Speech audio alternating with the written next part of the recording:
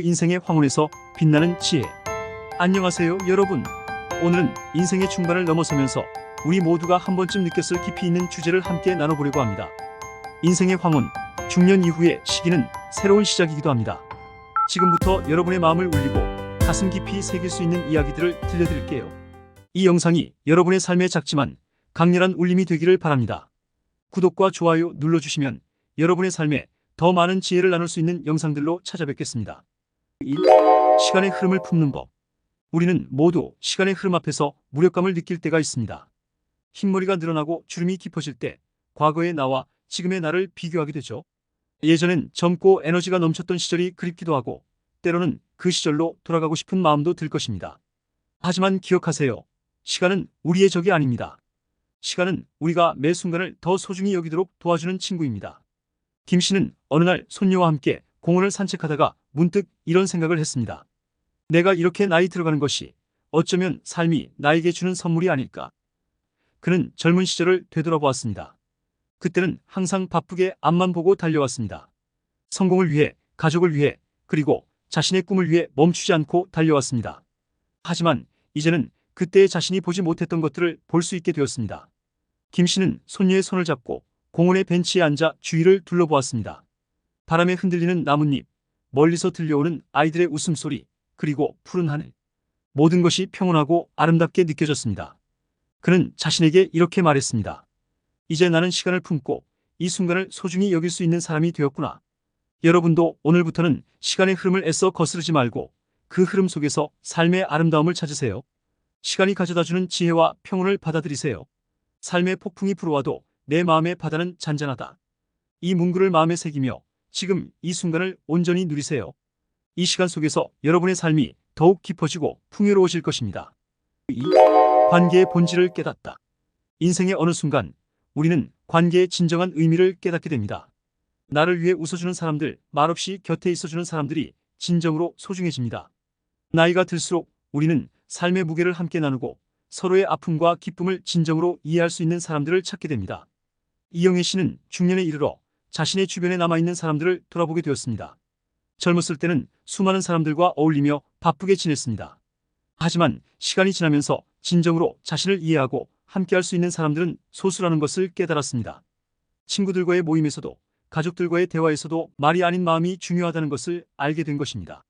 어느 날 오랜 친구와의 대화에서 영희 씨는 자신이 얼마나 친구의 마음을 깊이 이해하고 있는지 깨닫게 되었습니다.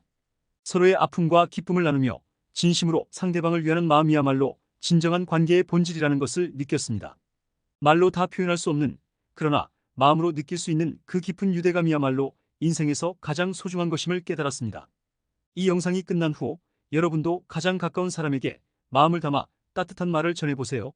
관계는 우리가 가장 귀하게 여겨야 할 보물입니다.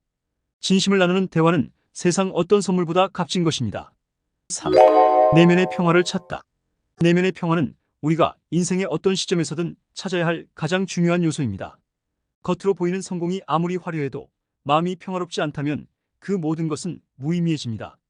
마음의 평화는 우리가 진정으로 행복을 느끼게 해주는 근본적인 요소입니다. 박정호 씨는 은퇴 후 한동안 공허함에 빠져 있었습니다. 그는 그동안 열심히 달려온 자신의 삶을 돌아보며 이제는 무엇을 해야 할지 몰랐습니다. 일상이 단조롭고 무언가 빠진 것 같은 느낌이었습니다. 그런 그에게 친구가 명상을 권했습니다. 처음엔 그저 시간을 때우기 위한 방법으로 시작했지만 명상은 그의 인생을 완전히 바꿔놓았습니다. 정호 씨는 명상을 통해 자신과 마주하는 법을 배웠습니다.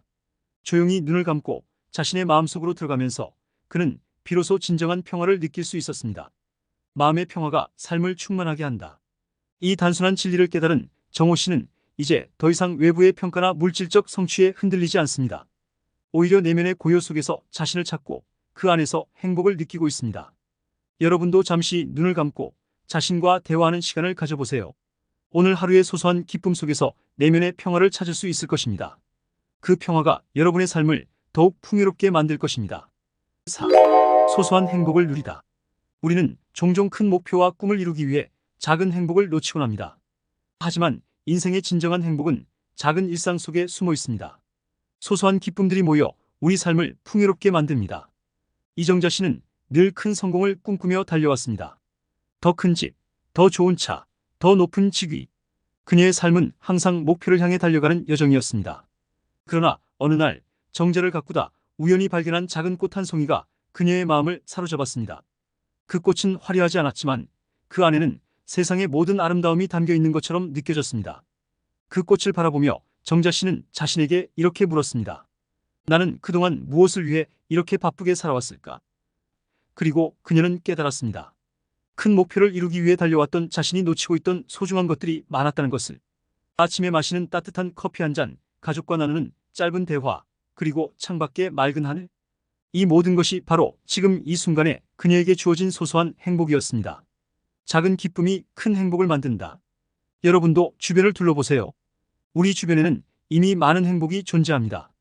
이 작은 기쁨들을 하나씩 발견하고 그 속에서 진정한 행복을 느껴보세요. 여러분의 삶이 더 따뜻해지고 더욱 풍요로워질 것입니다.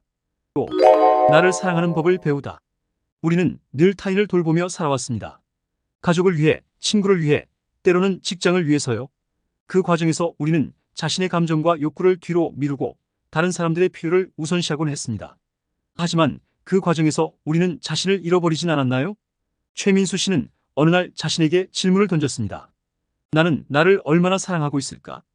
그 질문의 답을 찾기 위해 그는 자신을 돌보는 시간을 가지기로 결심했습니다.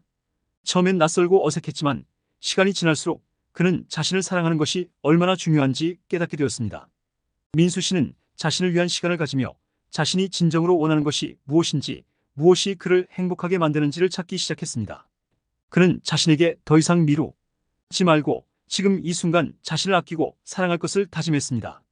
자신을 사랑하기 시작하자 그는 비로소 진정한 행복을 느끼기 시작했습니다.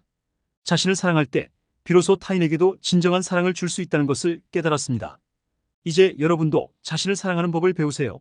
나를 돌보고 나를 아끼고 나를 존중하는 순간 삶은 더욱 풍요로워질 것입니다.